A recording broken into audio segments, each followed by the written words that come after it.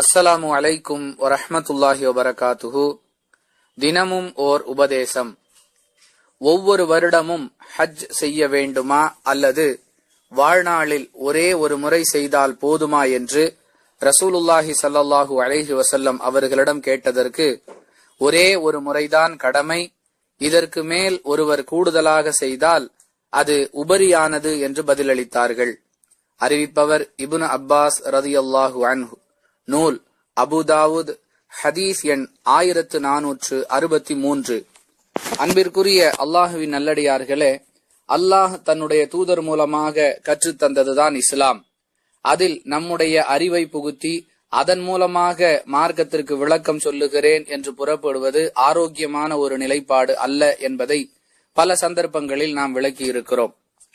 இந்த அடிப்படைக்கு மாற்றமாக வாழ்நாளில் பல முறை ஹஜ் செய்வது, அதை தான் ஒரு நல்லவர் என்பதற்கான அடையாளமாக காட்டிக்கொள்வது, அல்லது மார்க்கத்தின் மீது மற்றவர்களை விட தனக்கு அதிக ஈடுபாடும் ஆர்வமும் இருக்கிறது என்பதை வெளிப்படுத்தும் விதமாக ஒன்றுக்கு மேற்பட்ட ஹஜ்ஜுகளை செய்வது என்பது போன்ற பல்வேறு நடைமுறைகள் மக்களுக்கு மத்தியில் இருப்பதை நாம் பார்க்கிறோம்.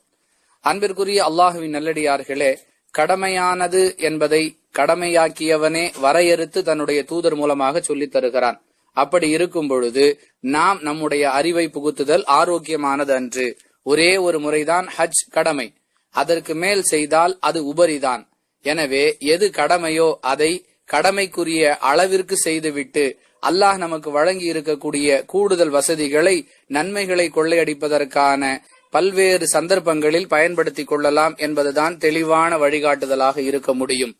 லுஹருடைய தொழுகை 4 ரக்காத்துகள், அதற்கு மேல் எனக்கு நேரம் இருக்கிறது, அதனால் நான் அசர் வரை தொழுது கொண்டே இருப்பேன் என்று ஒருவர் முடிவு செய்வதில்லை. அந்த நேரத்தை வேறு பல ஆக்கப்பூர்வமான பணிகளில் ஈடுபடுத்திக் கொள்கிறார். அதுபோன்று அன்பிற்குரியவர்களே, அல்லாஹ் நமக்கு நிறைய செல்வங்களை வழங்கி இருக்கிறான் என்று சொன்னால் அவற்றை அல்லாஹுவை மகிழ்விக்கும் விதமாக ஏழைகளுடைய தேவைகளை நிறைவேற்றுவதில் பயன்படுத்தலாம். இன்னும் மார்க்கம் வழிகாட்டி இருக்கக்கூடிய பல்வேறு அறப்பணிகளுக்காக செலவிடலாம். இப்படிப்பட்ட ஒரு தெளிந்த மனோநிலையை அல்லாஹ் செல்வம் படைத்தவர்களுக்கு வழங்க வேண்டும். அதன் மூலமாக உபரியானது மார்க்கம் அனுமதித்திருக்கிறது என்ற காரணத்தை அடிப்படையாக வைத்துக்கொண்டு ஒன்றுக்கு மேற்பட்ட ஹஜ்ஜுகள், இன்னார் இத்தனை ஹஜ்ஜுகளை செய்தார், இன்னார் இத்தனை ஹஜ்ஜுகளை செய்தார் என்று மக்களிடத்திலே பேச்சு நடமாடும் அளவிற்கு பல ஹஜ்ஜுகளை தொடர்ந்து செய்வது என்பதற்கு மாற்றமாக அதைவிட கூடுதல் நன்மைகளை பெற்று தரக்கூடிய, தேவையுள்ளவர்களுக்கு உதவி செய்யக்கூடிய, பிறர் நலனில் அக்கறை கொள்ளக்கூடிய பணிகளுக்காக அந்த செல்வம் செலவழிக்கப்பட்டால் அது இறை திருப்தியை, இறை சந்தோஷத்தை, இறை மகிழ்ச்சியை பெற்று தரக்கூடியது என்பதிலே மாற்று கருத்தில்லை. உள தூய்மையோடு செயல்படுவதற்கு அல்லாஹ் நம் அனைவருக்கும் உதவி செய்வானாக. வாஹிரு தவானா அல்ஹம்துலில்லாஹி ரப்பில் ஆலமீன்.